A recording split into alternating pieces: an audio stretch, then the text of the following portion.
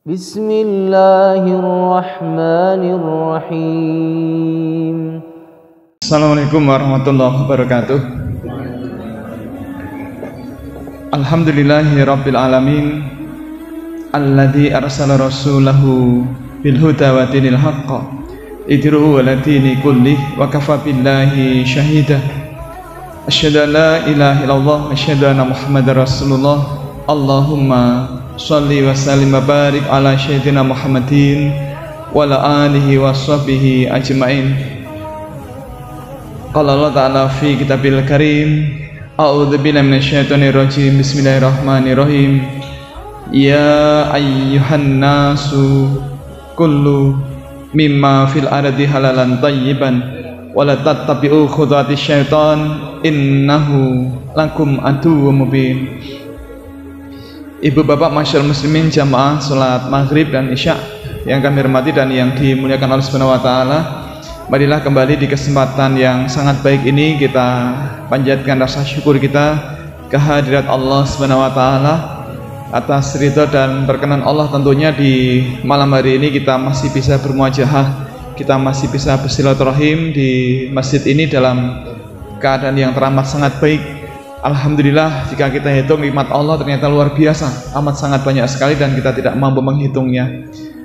Masyaallah muslimin, alhamdulillah kita masih diparingi nikmat hujan, dan dengan hujan itu mudah-mudahan Allah berkenan menumbuhkan benih-benih tanaman dan membuatnya jadi subur, kemudian berbuah, kemudian kita bisa memanen dan seterusnya. Mudah-mudahan semua nikmat Allah ini bisa kita syukuri dengan ibadah yang lebih maksimal pada Allah Subhanahu wa taala. Yang kedua, tentunya semoga salawat dan salam senantiasa terlimpah ruah kepada baginda Rasul Muhammad sallallahu alaihi wasallam, dan semoga Allah limpahkan pula kepada keluarga beliau, juga sahabat beliau, para tabi'in, para alim ulama, dan semoga terlimpah ruah pula kepada kita sekalian yang hadir di kesempatan di malam hari ini. Ibu bapak jamaah yang kami hormati dan yang dirahmati Allah Subhanahu wa taala, di sore menjelang malam hari ini kita akan membahas materi baru, yaitu aneka macam produk keju dan titik kritis keharumannya. Keju ini tentunya tidak asing di telinga kita, dan juga kami yakin Bapak Ibu sering juga menikmati keju dalam berbagai macam bentuk. Ada yang kemudian digado niku bahasa Indonesia napa nggih? Digado, jadi dimakan langsung tanpa roti, tanpa apa-apa macam-macam, jadi dimakan langsung. Niku bahasa Indonesia ini napa nggih Pak? Digado niku napa nggih Pak? Bahasa Indonesia ini digado niku napa nggih? Nggih digado nggih. Niku bahasa Indonesia nggih. Oh ngoten. Oh nggih. Nek digado-gado benten. Jadi ada yang kemudian keju dimakan langsung, dinikmati langsung. Bahkan mulai ada sekarang sajian manten begitu ya, yang suguhannya itu aneka macam keju. Bahkan di beberapa hotel itu juga sudah ada keju yang memang digado begitu. Tetapi ternyata banyak pula keju yang ditambahkan di berbagai macam produk olahan pangan. Contohnya ketika lebaran itu sering ada roti nastar. Nastar di permukaannya itu kan kadang ada taburan kejunya. Kemudian roti kastengel itu ada parutan keju edam. Kemudian apalagi pizza itu ada kejunya. Bahkan telo goreng pun sekarang pun ada taburan kejunya ya. Nah ini kan sekarang orang membuat variasi makanan. Balok goreng itu bukan kok hanya sekedar balok sekarang ini, tetapi juga diberi topping keju, diberi topping coklat dan yang lain-lain ya. Mungkin kelak nanti akan ada barangkali telo goreng atau telo godok itu rasa stroberi barangkali begitu ya. Vanila, rasa durian dan seterusnya. Tapi yang sekarang sudah sangat marak di berbagai tempat, dan mungkin di depan itu juga ada ketela goreng begitu, tetapi diberi topping, diberi permukaan itu diberi tambahan dengan parutan keju ataupun yang lain. Kemudian roti bolen juga diberi rajangan keju begitu, bahkan irisan kadang agak besar dan seterusnya. Nah, ini menarik, ini produk dari susu ini kan memang dari susu. Apakah kemudian karena dia dari susu pasti halal? Nah, ini yang menarik. Bapak Ibu, perkara yang haram itu jelas, yang halal juga jelas. Begitu Rasul menegaskan. Tetapi di antara keduanya ada yang samar-samar dan tidak banyak orang tahu. Maka mari kita belajar, kira-kira kalau dari keju itu ada apa tidak kemungkinan maksudnya bahan haram. Apakah semua keju itu halal? Jadi kita akan membahas aneka macam jenis keju, kemudian titik kritisnya di mana begitu. Bapak Ibu, keju itu apa toh? Keju itu kan produk olahan dari susu. Bisa susu sapi, susu onta, susu kambing, susu kerbau, susu domba ataupun yang lain. Kemudian susu itu dipisahkan padatannya, dikasein dan seterusnya, kemudian digumpalkan. Nah, kemudian gumpalan itu diproses lebih lanjut dijadikan keju.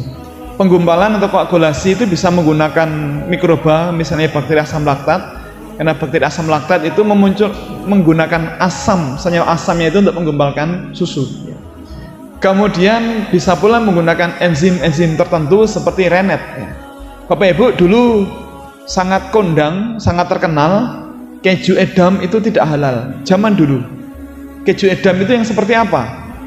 Nanti ada fotonya. Dulu ada sempat rame keju edam itu tidak halal zaman dulu. Kenapa? Karena dalam standar resep aslinya keju edam itu dibuat menggunakan enzim rennet yang diambil dari lambung anak babi. Itu zaman dulu. Sekarang alhamdulillah sudah ada keju edam yang halal. Keju edam ini kan asalnya dari Belanda, dari daerah namanya Edam. Kemudian sekarang ini sudah ada produk keju edam agak banyak yang memiliki sertifikat halal. Seperti apa nanti ada contohnya insya Allah ya.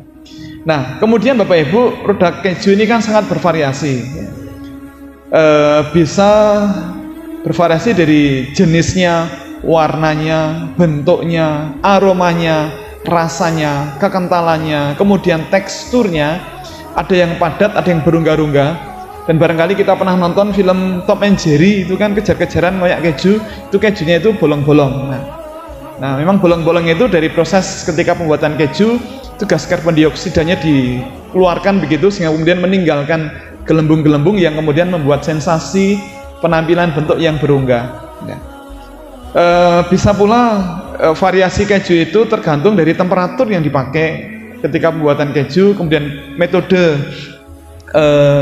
pengeringannya, kemudian pemanasannya, juga pematangan keju serta pengawetan.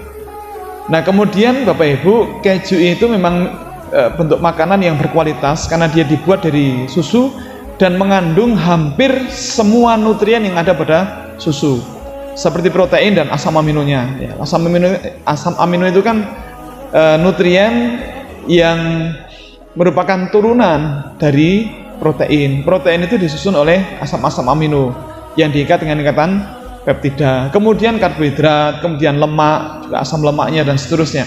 Termasuk ada vitamin-vitamin seperti vitamin B2, B4, B12 dan seterusnya. Kemudian juga ada mineral, terutama kalsium dan fosfor yang sangat penting untuk pertumbuhan tulang, pertumbuhan gigi, pertumbuhan rambut kita dan seterusnya.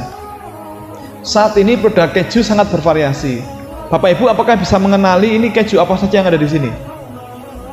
Keju apa saja? Tadi saya nyebut ada keju edam. Ada nggak di sini keju edam?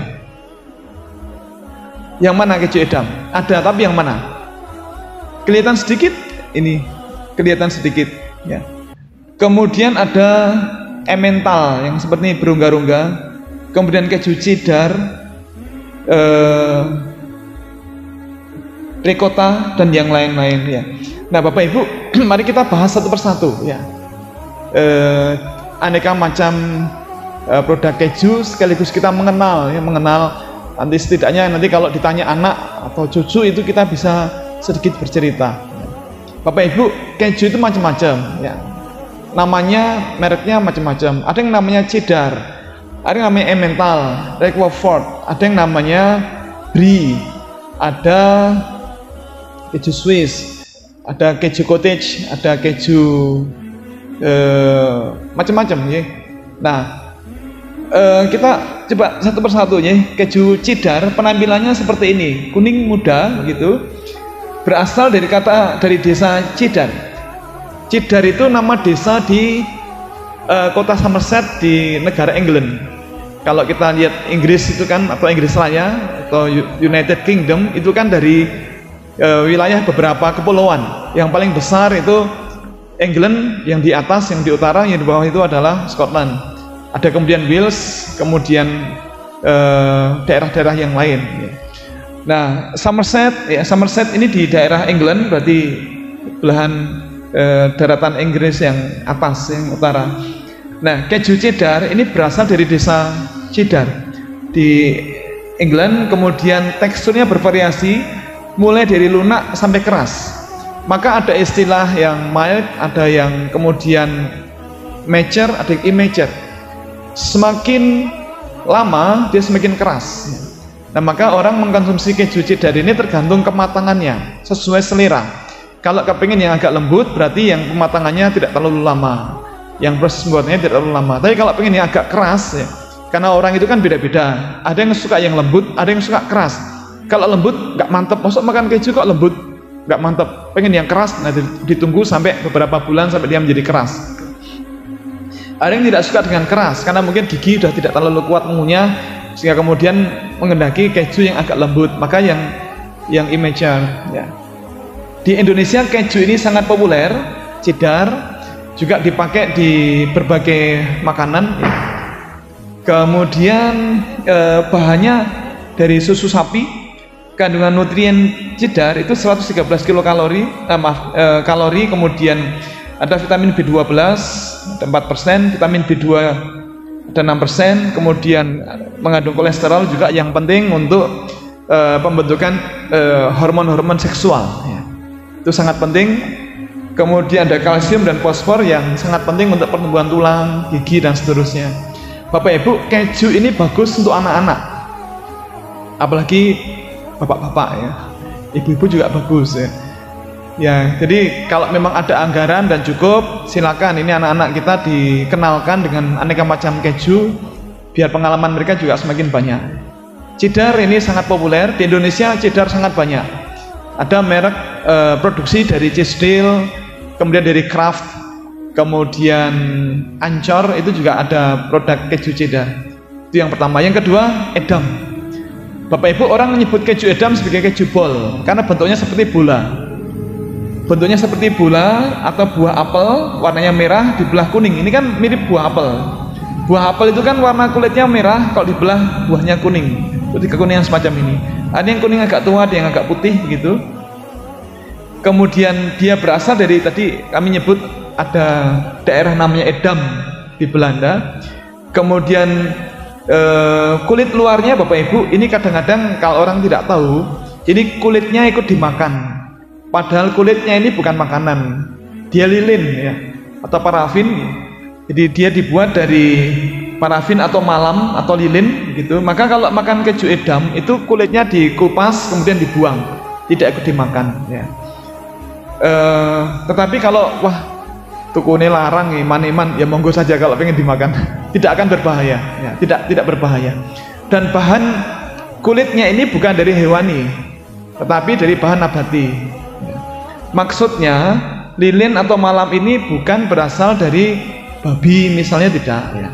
Jadi kalaupun kemudian kita pengen memakan kulitnya ya monggo, tetapi tidak lazim ya.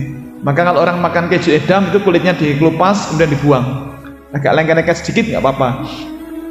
Kemudian kandungan lemak pada keju Edam ini lebih rendah dibandingkan keju lainnya. Maka bagi Bapak Ibu ya, pini sepuh yang ada sedikit problem dengan pencernaan lemak, itu keju Edam ini lebih baik dikonsumsi daripada keju-keju yang lain. Kandungan nutrien untuk 1 ons keju Edam ini mengandung kalori 357. Berarti kalau kita makan agak banyak itu cepat kenyang. Semakin tinggi kalorinya maka semakin kenyang. Makan sedikit atau agak banyak nanti sudah langsung kenyang gitu. Kemudian proteinnya 25%. Jadi kalau dari 100 gram proteinnya 25 gram kan berarti 25% proteinnya.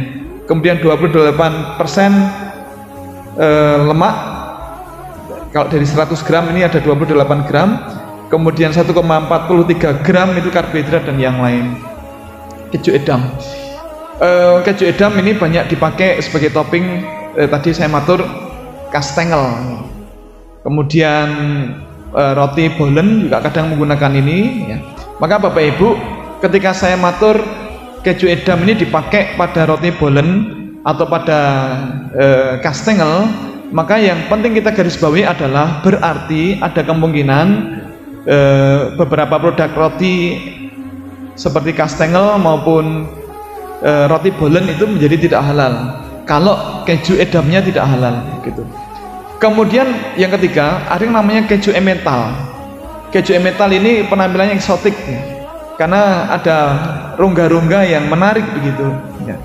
Maka ini menjadi ikon film Tom and Jerry ketika kejar-kejaran, yang kejar-kejaran kemudian sing tikus niku Tom nopo Jerry to niku. tidak begitu penting, tapi yang jelas ketika digambarkan keju itu berongga-rongga begini. Jadi rongga-rongga ini dari karbon dioksida yang menguap keluar ya. Nah, Bapak Ibu, keju emmental ini berasal dari Swiss ya. Swiss itu kan di sebelah timur Prancis ya. Jadi kalau kita dari Prancis akan ke Monaco itu melipir lewat Cannes, Nice, itu nanti di sebelah kiri kita melihat ada pegunungan Swiss ya.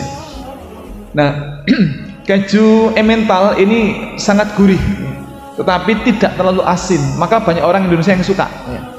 Banyak orang Indonesia yang suka. Kalau orang-orang barat suka sensasi yang agak asin, tapi kalau orang Indonesia tidak begitu suka dengan yang asin. Asinnya ini bukan karena ditambahi garam, itu tidak, tetapi memang dalam proses pembuatan susu ini kan ada sodium yang kemudian memberi rasa yang sedikit asin. Kemudian tingkat kematangan dari keju emmental ini bisa dilihat dari banyaknya lubang yang ada ya. Jadi semakin banyak lubangnya semakin matang ya. Kemudian kandungan nutrien keju emmental ini kalau per 100 gram mengandung 369 kalori, berarti lumayan mengenyangkan. 27 gram protein atau 27% protein, 29 persen protein dan yang lain gitu. Kemudian Bapak Ibu, ada pula keju yang sangat terkenal di Indonesia, namanya keju mozzarella. Keju mozzarella ini banyak dipakai di topping pizza ataupun yang lain. Mozzarella ini berasal dari daerah Itali, warnanya putih agak krem, beberapa produk yang lain kekuningan, teksturnya lembut, kemudian kadar air yang tinggi, berarti dia agak empuk begitu, kemudian rasanya gurih dan sedikit asin. Nah, kalau keju-keju yang lain seperti keju edam, kemudian emmental dibuat dari susu sapi, maka kalau mozzarella ini ada yang dibuat dari susu kerbau. Jadi tidak hanya susu sapi tapi juga susu kerbau. Nah, tergantung selera kita kepengen menggunakan susu sapi atau susu kerbau.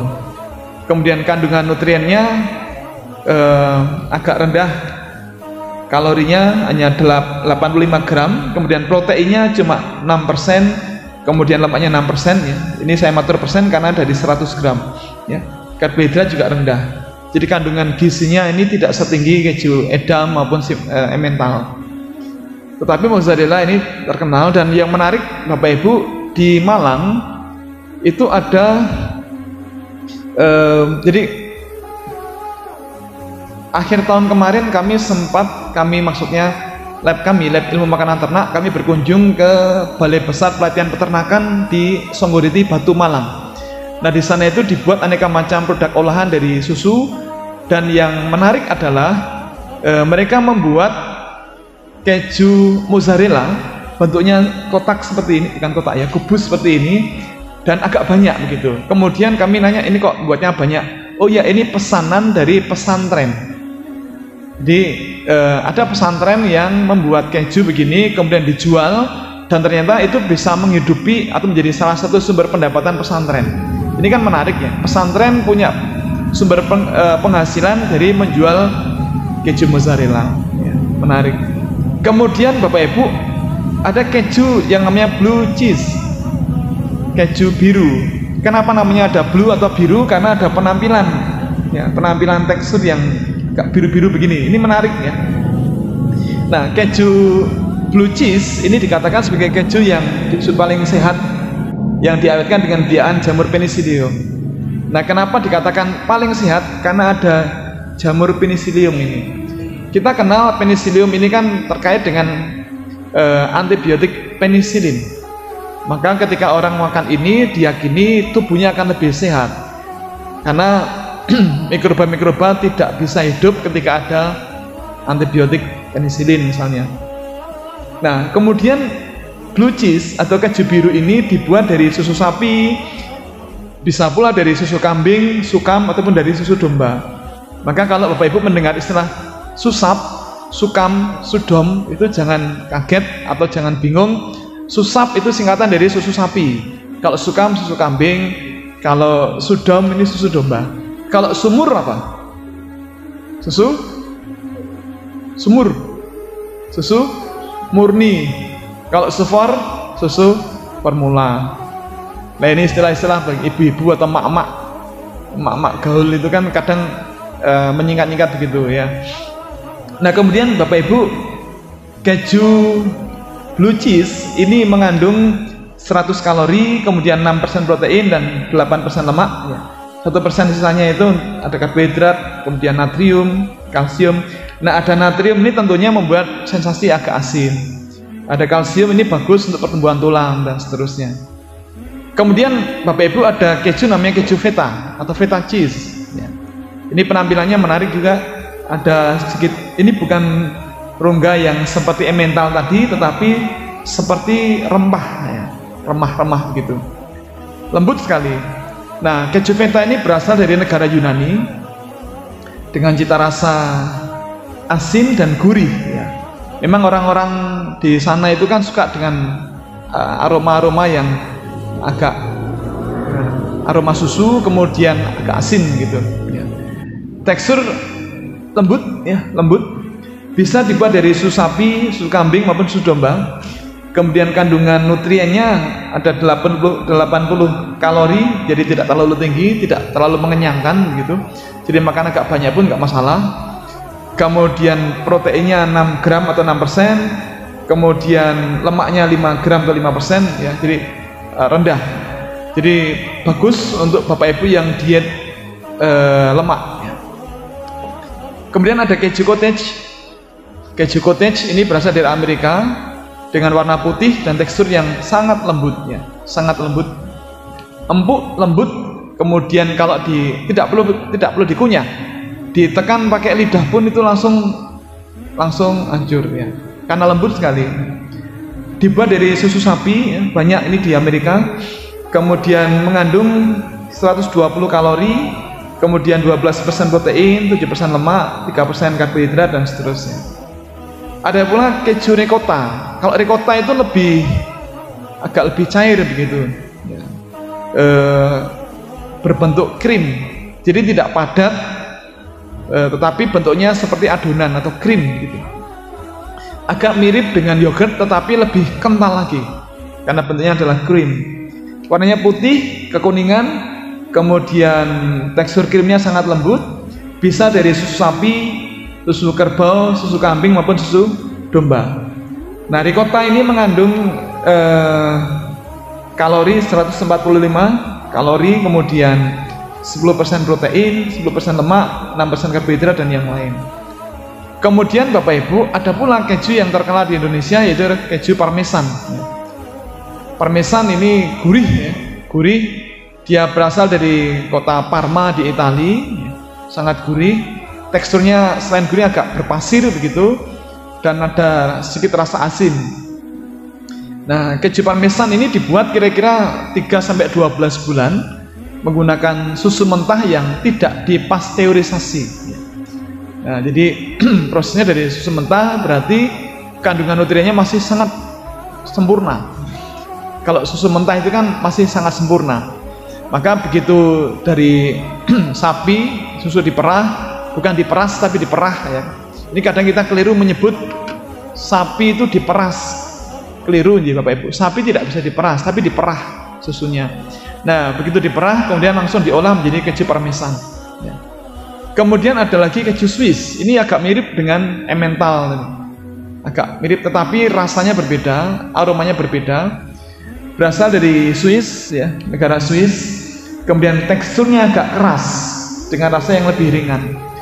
Kalau Emmental tadi lebih lembut, tapi kalau Swiss susunya agak lebih keras. Gitu. Nah, kemudian Bapak Ibu kita bahas titik kritis. Ya. Titik kritis kemungkinan masuknya bahan haram pada keju itu dari mana saja. Ya. Bapak Ibu, dalam pembuatan keju itu kan kita membutuhkan susu. Bisa susu sapi, bisa susu kerbau, susu onta, susu kambing maupun susu domba. Nah, susu disiapkan ya. Apakah susu mentah ataupun susu yang sudah dimasak? Dimasak itu kalau pengen awet, pengen nutriennya atau kandungan gizinya masih bagus, itu dipasteurisasi. Bapak Ibu masih ingat? Subhanallah jazakallah. Oh nggih. Buka berarti. Ya, Bapak Ibu, kalau kita masak susu itu kalau salah cara masaknya maka proteinnya rusak. Jadi kalau kita membeli susu murni masih segar, masih mentah, kemudian kita masak sendiri, kalau keliru cara masaknya, suhunya terlalu tinggi maka proteinnya rusak. Karena protein itu dinaturasi atau rusak di suhu kira-kira 68-70 derajat Celcius. Jadi kalau digodok sampai muateng gitu, insya Allah proteinnya rusak, belum yang lain. Maka yang barangkali paling bagus, salah satu yang paling bagus dengan cara tradisional adalah menggunakan metode pasteurisasi. Nah, cara pengolahan susu dengan pasteurisasi yang paling sederhana adalah kita masukkan susu pada panci begitu, kemudian kita panaskan dengan api penuh ya. Kemudian begitu susu mulai bergerak, susu mulai menggeliat begitu, suhu kita kecilkan ya. Biarkan suhunya stabil, kemudian kita aduk terus, diaduk kira-kira 6-8 menit, diaduk begitu ya. Nah, setelah itu kemudian sudah siap dikonsumsi. Nah, pasteurisasi ini tidak sampai membuat proteinnya rusak. Andai kan ada yang rusak itu hanya sedikit saja begitu. Nah, kemudian setelah susu kita siapkan dengan pasteurisasi, kita gumpalkan, dikoagulasi dengan berbagai macam bahan. Bisa menggunakan enzim, contohnya tadi kita nyebut enzim Rennet. Bisa pula menggunakan senyawa asam, ya. Jadi asam-asam organik itu bisa. Nah, karena asam maka bisa pula menggunakan bakteri asam laktat. Nah, kemudian yang ketiga, setelah digumpalkan, nanti whey proteinnya kita pisahkan. Whey protein dipisahkan untuk memperoleh curd. Nah, kemudian curd ini yang kemudian kita gumpalkan untuk kita jadikan keju. Ya. Nah, jadi setelah curd diolah kemudian pematangan. Nah, dari sini kemudian kita bisa melihat kira-kira titik kritis masuknya bahan haram pada keju itu dari mana. Bapak Ibu, keju itu bisa haram. Ya. Jadi meskipun dia diolah dari susu sapi, tapi dia bisa menjadi haram kalau enzim Rennet yang dipakai menggunakan enzim asli dari binatang dan binatangnya adalah binatang yang tidak halal. Misalnya Rennet diambil dari usus atau intestine, usus dari lambung anak babi misalnya, atau usus enzim Rennet dari usus sapi yang tidak disembelih secara syar'i, bisa menjadi tidak halal. Nah, dia halal jika berasal dari hewan halal seperti sapi, kambing, kerbau, domba yang disembelih secara syar'i. Tetapi kalau diambil jadi enzim Rennetnya diambil dari lambung anak babi atau lambung hewan halal yang tidak disembelih secara syar'i, maka enzim Rennetnya menjadi haram. Alhamdulillah Bapak Ibu, sekarang sudah ada yang namanya microbial Rennet. Berarti ini Rennet yang diambil bukan dari lambung hewan, ya memang diambil dari lambung hewan halal, kemudian dikembangbiakkan di laboratorium menggunakan mikroba. Maka kemudian dihasilkan enzim Rennet yang diproduksi oleh mikroba. Nah, mikroba ini kan perlu hidup. Nah, ketika hidup dia harus makan, harus ada substrat yang dia butuhkan. Nah, maka untuk bisa hidup dan berkembang biak maka dibutuhkan media. Nah, oleh karena itu status kehalalan microbial rennet ini tergantung media fermentasi yang dipakai. Kalau medianya itu halal, kemudian enzim mikroba yang dipakai juga halal, maka tidak ada masalah gitu. Kemudian asam organik, Bapak Ibu, asam organik bisa dipakai pula untuk membuat keju. Asam organik ini secara umum halal, tidak ada masalah gitu. Bisa asam laktat, bisa asam asetat, bisa asam tartarat ya, atau asam sitrat yang secara umum adalah halal. Kemudian Bapak Ibu dalam proses buatan keju itu kadang-kadang ditambahkan bahan-bahan yang lain selain bahan yang dipakai untuk penggumpalan. Nah, bahan-bahan itu apa? Karena kadang-kadang tadi ada penambahan penisilin, kadang-kadang ada penambahan vitamin ya, atau pewarna. Contohnya beta karotin. Beta karotin ini kan banyak ada di wortel misalnya, atau di jagung kuning ya. Nah, kalau beta karotin yang dipakai adalah beta karotin yang diambil dari wortel atau dari jagung kuning, maka tidak ada masalah gitu. Nah, namun kalau kemudian untuk pengolahannya digunakan minyak dan gelatin, nah gelatin ini kemudian yang jadi titik kritis berikutnya. Jadi ketika pengolahan beta karotinnya ini, beta karotin ini bisa dipakai sebagai pewarna keju. Susu warnanya putih, tetapi keju warnanya kuning. Maka ada kalanya supaya ada warna yang stabil gitu, maka diberi pewarna beta karotin. Ya, jadi agar warnanya itu agak kuning atau warnanya oranye. Ya. Contoh keju Cidar itu kan ada yang warnanya oranye, maka bisa warna orange itu diambil dari pewarna kuning oranye beta karotin. Nah, maka ketika proses pengolahan atau pembuatan atau penyiapan pewarna beta karotin ini kadang digunakan minyak dan gelatin. Nah, dia menjadi haram tentunya kalau menggunakan porcine gelatin ya, atau gelatin dari babi. Kalau bovine gelatin ya, atau gelatin sapi ini syubhat, tergantung cara penyembelihan dari sapinya. Kemudian lecithin satunya syubhat. Kalau menggunakan soy lecithin atau soya lecithin maka menjadi halal. Soy atau soya dalam bahasa kita adalah kedelai. Maka jika lecithin sebagai bahan pengemulsi ini diambil dari lemak ya, dari lemak kedelai, maka menjadi halal. Bapak Ibu, lecithin sebagai bahan pengemulsi ini dibuat dari asam lemak. Maka status halalnya tergantung lemak yang dipakai. Kalau dari lemak nabati seperti kedelai, maka statusnya adalah halal. Tapi kalau dibuat dari lemak hewan haram seperti lemak babi, maka jadi haram. Kalau dari lemak sapi, maka tergantung cara penyembelihannya. Kemudian pewarna juga tadi sempat kita singgung sedikit. Kemudian anti caking agent, anti gumpal. Nah, Bapak Ibu, anti gumpal ini umumnya dibuat berasal dari mineral. Mineral ini bisa dari mineral tambang, bisa dari mineral kayu, tanaman, ataupun mineral dari tulang binatang. Nah, maka anti caking agent yang dipakai ini jadi haram kalau dia dibuat dari tulang hewan haram. Misalnya tulang babi atau tulang hewan halal yang berasal dari hewan halal yang tidak disembelih secara syar'i. Nah, kalau anti caking agent dari mineral tambang atau mineral kayu tidak ada masalah gitu.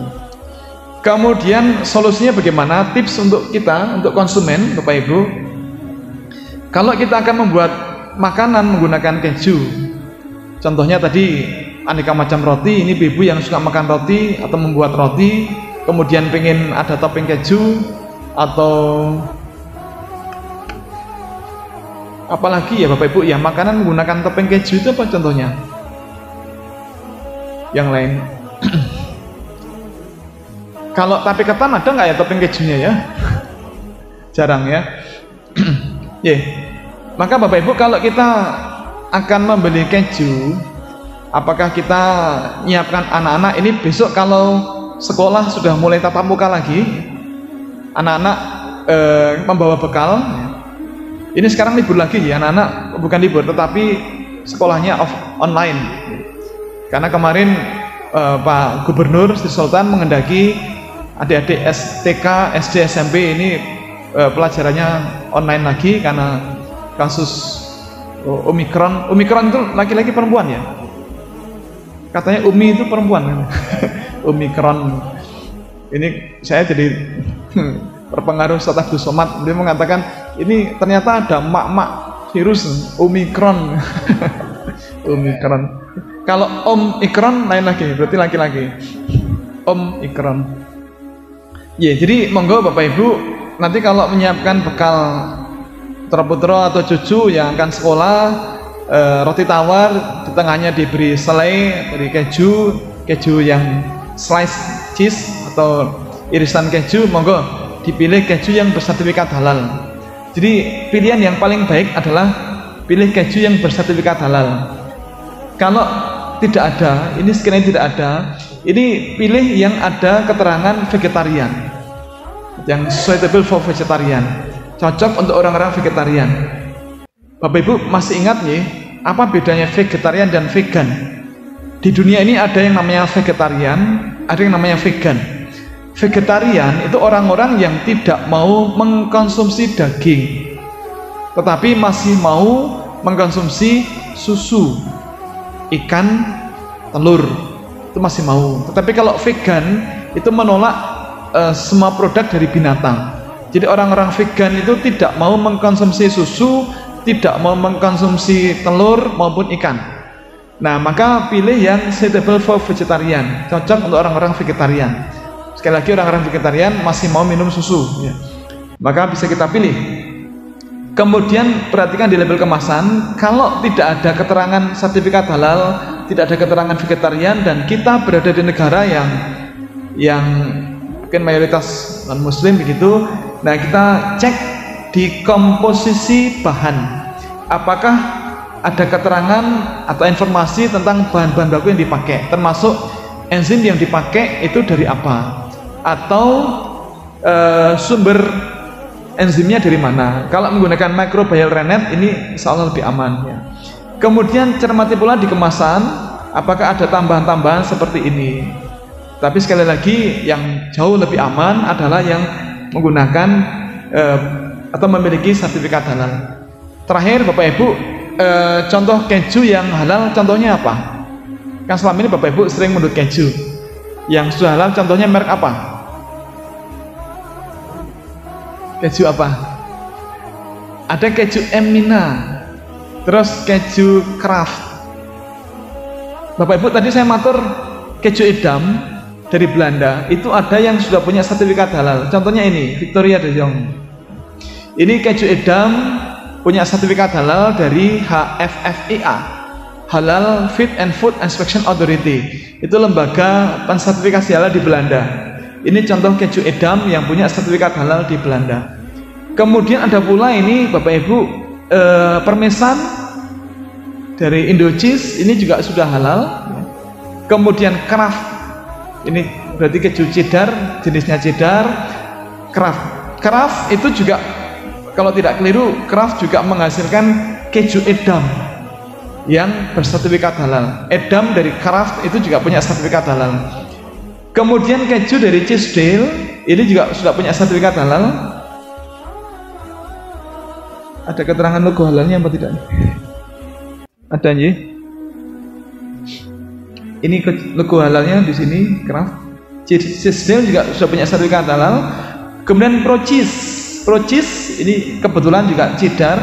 Ini sudah punya sertifikat halal. Pro Cheese ini banyak ada di Superindo, Indomaret, kemudian di Frozen Food Paris itu ini, kemudian Emina juga sudah punya sertifikat halal. Saya kira demikian Bapak Ibu, mudah-mudahan meskipun singkat sedikit ada manfaatnya. Mudah-mudahan kita dilindungi Allah dari konsumsi produk-produk keju yang tidak halal. Demikian, terima kasih. Assalamualaikum warahmatullahi wabarakatuh.